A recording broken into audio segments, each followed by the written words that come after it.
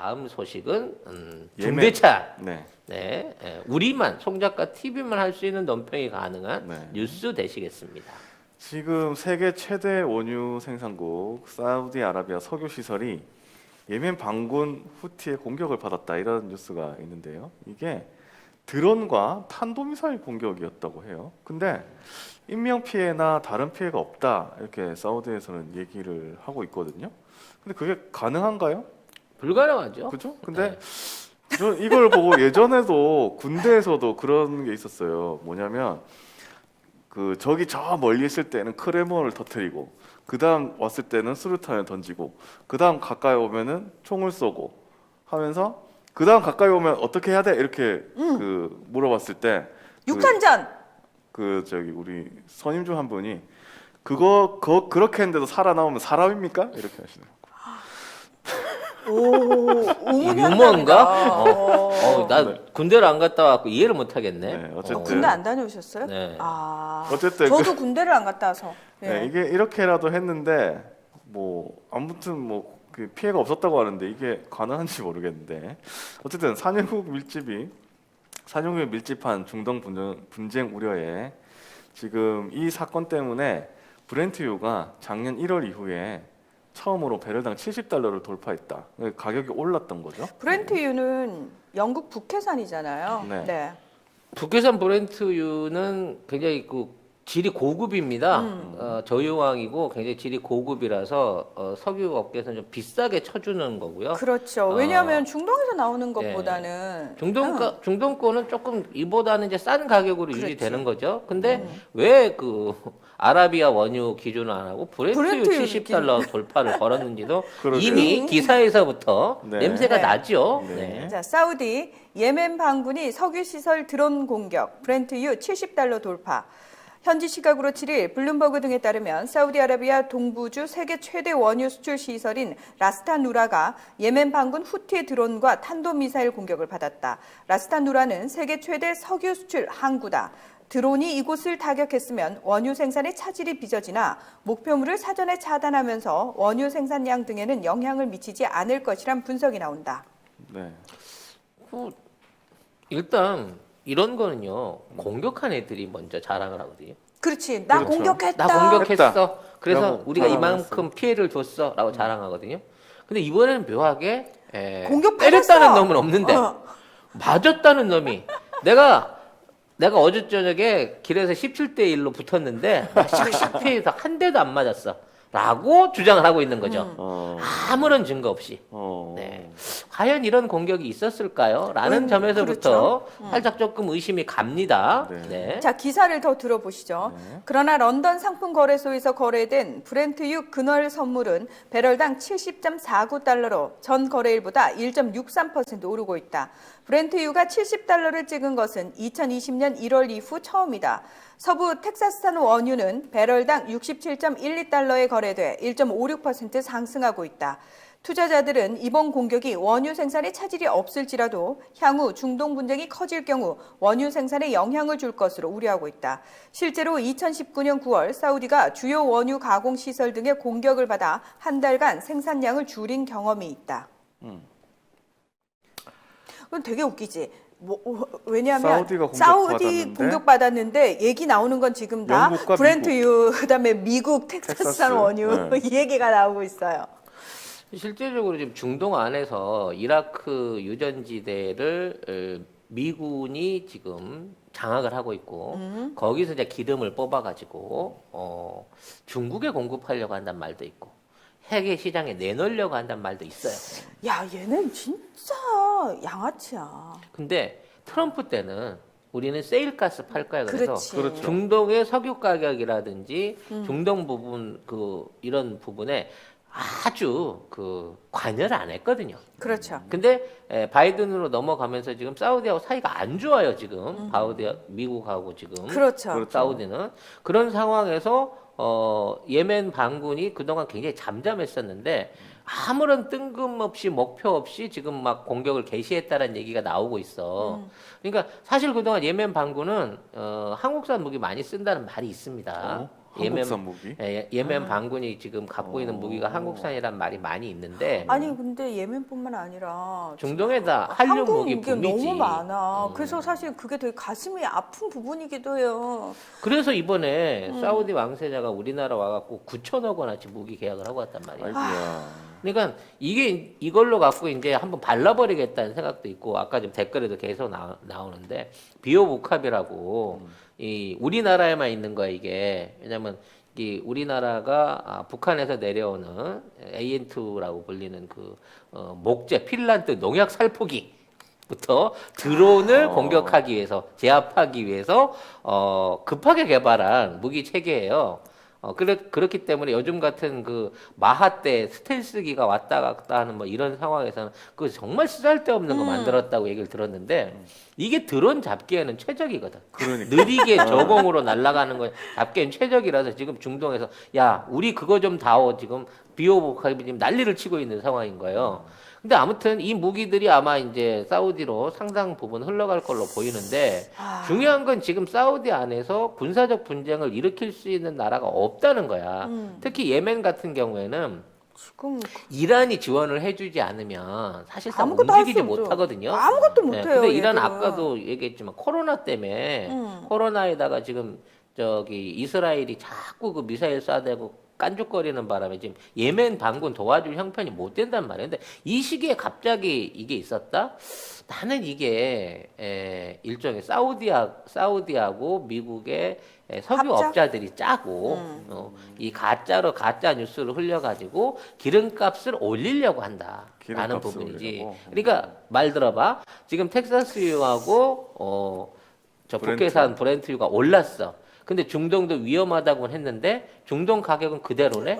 그럼 상대적으로 가격 경쟁력이 중동산이 높아지는 거예요. 이 기회에 쌀 때 좀 사다가 좀 쟁여놔 보지. 경기도 회복된다는데 뭐 이런 거 노리고 버린 짓이 아니겠느냐라고 밖에 보여지지 않는다는 거지. 근데 또 사우디에서는 피해가 없다라고 얘기를 한 거 보니까 왜냐면 그런 말 하지 마라 이런 거잖아 사실. 피해가 있었으면은 있어도 사실 없다고 얘기하겠지만, 근데 중요한 거는 사진이라든지 우리가 증거 영상이라든지 이런 걸 봐야 되잖아요. 떨어진 폭탄 쪼가리라도 옛날엔 내놓고 피습 받아서 그랬단 근데 말이야. 그게 없어요. 그게 없으니까 피해 없어. 그래서 내놓을 사진도 없어.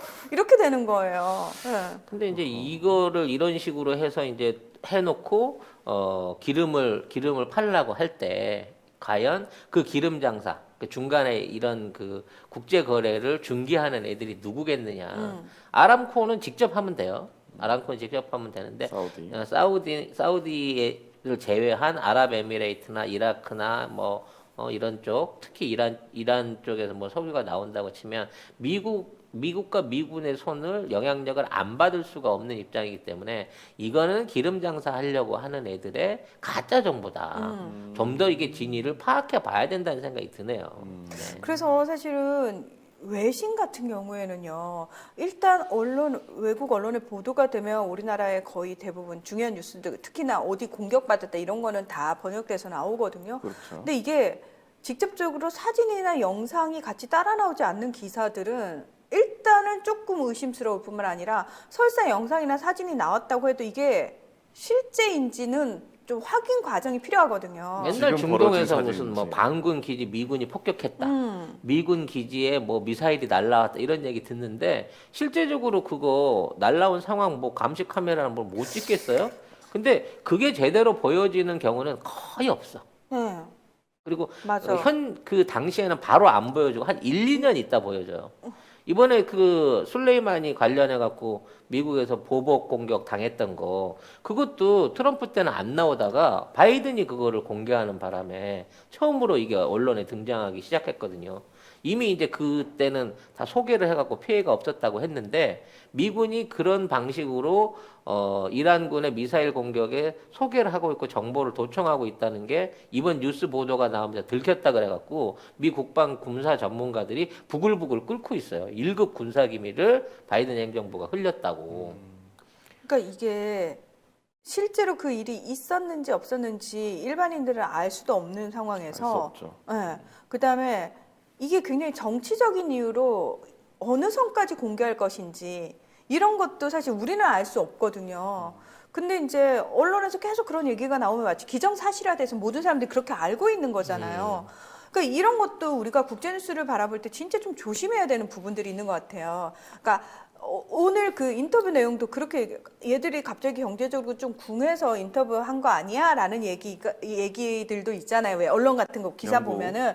그러나 이건 이미 너무나 다 예정된 수순이었다라는 거. 예, 이때쯤 이걸 하고 이때쯤 이걸 하고 이거는 이미 다 각본에 의해서 왜 마클이 있거나 머리끝부터 발끝까지가 다 메시지를 담은 장신구에다 옷에다가 이런 거였거든요.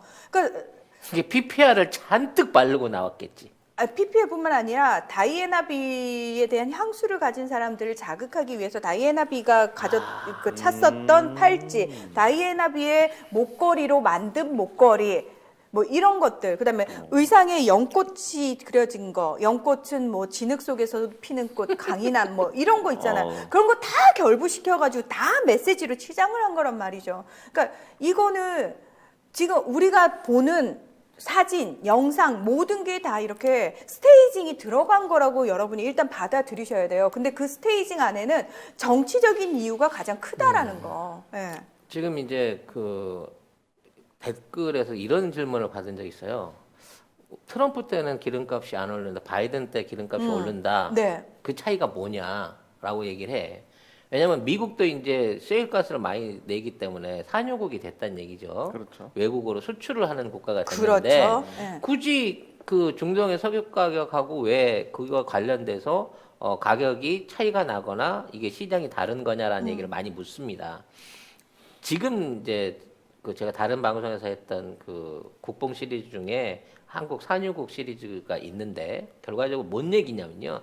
지금 기름을 뽑아가지고 기름 한 통을 가지고 그 부가가치를 만들어내는 데 있어서 이걸 연료로 떼는 사업에 만들어내는 부가가치는 15%도 안 돼요. 그렇지. 제일 그게 낫죠. 네. 예. 이거를 이 석유 화학으로 전환시켜갖고 플라스틱 만들고 그와 관련된 거 그 관련 연관 사업들 키워나가는 게 훨씬 더 커요.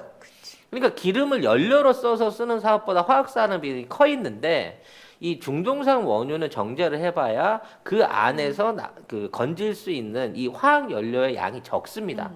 그러니까 우리나라가 세계 3위의 정유 정제국이 됐는데 이렇게 어마어마한 양을 정제하는 이유는 화학 원료를 뽑아내기 위해서 필요 이상의 휘발유와 등유, 경유를 만들고 있는 거예요. 근데 그게 돈이 얼마 안 되니까 그건 그냥 마진 없이 다시 이 정유시설이 없는 국가한테 파는 거예요. 근데 셰일가스는 이런 연료로 쓰이는 게 아니라 그런 화학 재료를 만들어내는데 훨씬 더 편하고 수가가 높거든요.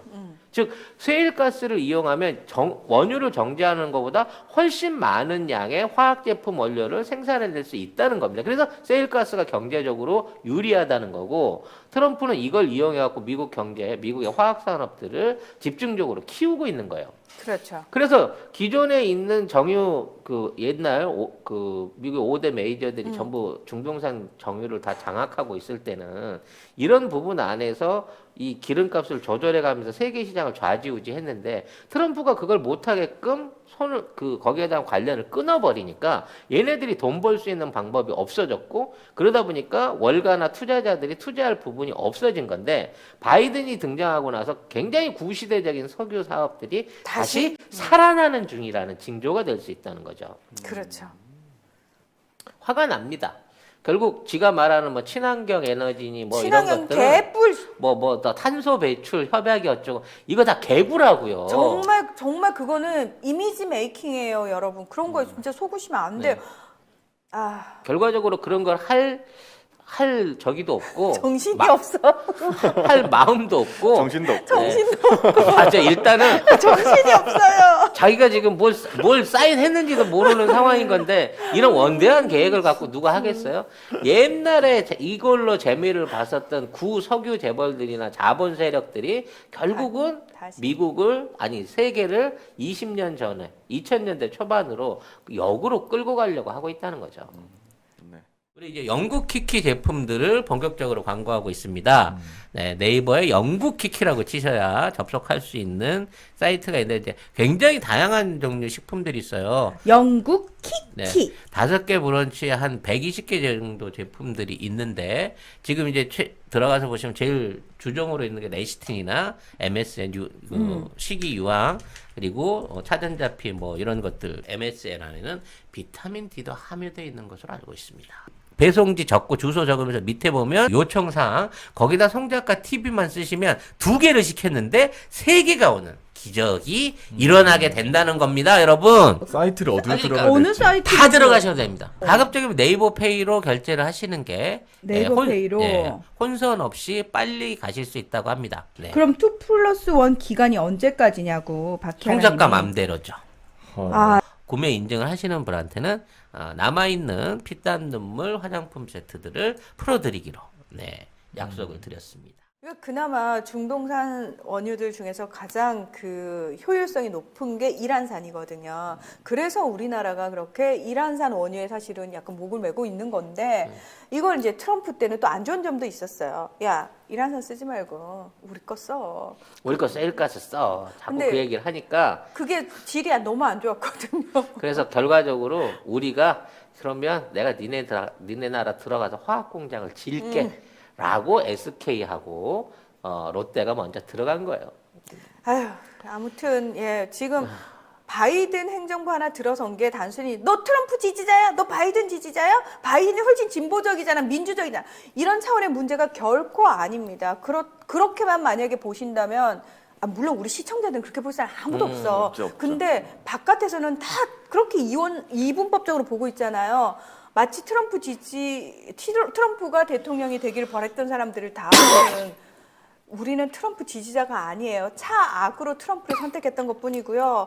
바이든이 지금 들어섬으로 인해서 바이든을 허수아비로 내세우고 뒤에 딥스테이트가 또다시 전 세계를 주물락. 근데 그 주물럭거리는 와중에 한반도는 대한민국을 포함해서 한반도는 결코 유리할 게 1도 없다라는 거. 그렇죠. 그래서 알면 당하지 않아야겠지만 당하더라도 덜 당하려면 그렇지. 이러한 감시를 놓쳐서는 안 된다는 생각이 그렇죠. 지금 우진주님께서 댓글로 4월에 일본 스가랑 바이든 정상회담 얘기해 주실 거죠? 라고 하셨는데 어제 잠깐 얘기했고 요게 될지 안 될지 지금 모른다니까. 모른다. 기사가 나오긴 했는데 스가가 결정은 만날 모른다. 사람이 바이든일지 카멜라 해리스일지 알 수 없다. 잘못하면 이제 그 국무장관만 만나고 올 수도 있고요. 일단 그렇죠. 스가가 그 시기에 맑아진다고 하더라도 말가지. 잠깐 길어야 한 30분 정도 대담하는 이상은 지금 할 수 있는 능력이 안 된다는 게 점점 더 증명이 되고 있죠. 근데 뭐 스가 가더라도 갑자기 이제 밤에 부르면 또 와야 되고 뭐 12시에 불러도 와야 돼. 정신이 맑아지셨습니다. 그때 맑아지면 그때 가야 돼. 막 이런 상황이 생길 수 있기 그리고 때문에. 절대 질문을 해서는 안 돼. 듣기만 해야 돼. 대박. 네.